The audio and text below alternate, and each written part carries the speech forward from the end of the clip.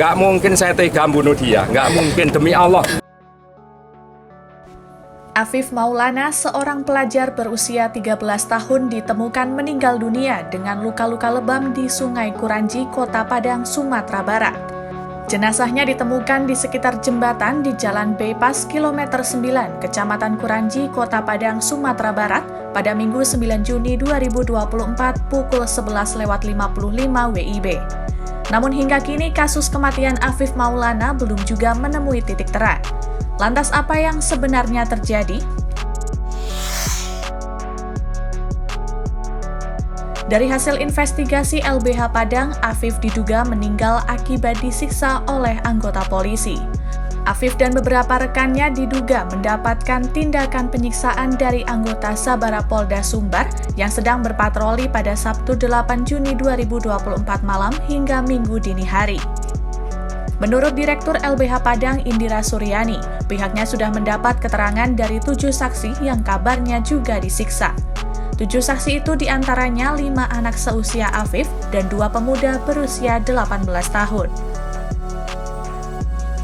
Ditemukan juga ternyata dalam kasus penyiksaan ini yang dilakukan oleh tim Sabara Polda Sumbar sebanyak 30 orang ini bukan hanya saudara AM, anak AM yang menjadi korban, tetapi ada korban-korban lainnya yang kami temukan dan mereka juga mendapatkan tindakan kekerasan dari anggota kepolisian. Kami mengidentifikasi ada 5 orang anak dan 2 orang dewasa berumur 18 tahun yang menjadi korban juga dalam peristiwa ini ketika pengamanan mereka di jembatan Kuranji saat itu.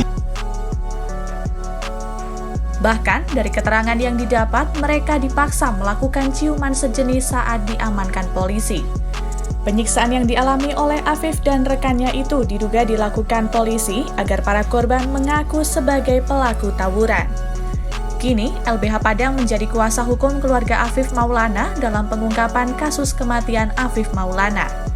Pihak keluarga pun meminta supaya kasus ini dapat menemui titik terang sesegera mungkin.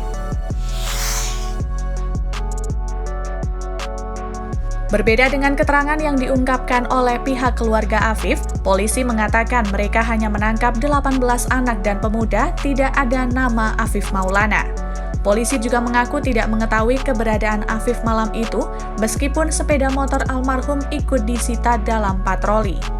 Kapolda Sumbar Inspektur Jenderal Suharyono mengatakan selang 7 jam dari penangkapan anak-anak dan pemuda tersebut, warga menemukan jenazah Afif di Sungai Kuranji di bawah jembatan tempat kejadian perkara. Suharyono menambahkan personil yang bertugas saat itu tidak mengetahui keberadaan Afif sehingga Afif tidak ikut ditangkap. Kini polisi masih menunggu hasil autopsi jenazah Afif dari dokter forensik untuk mengetahui penyebab kematian Afif.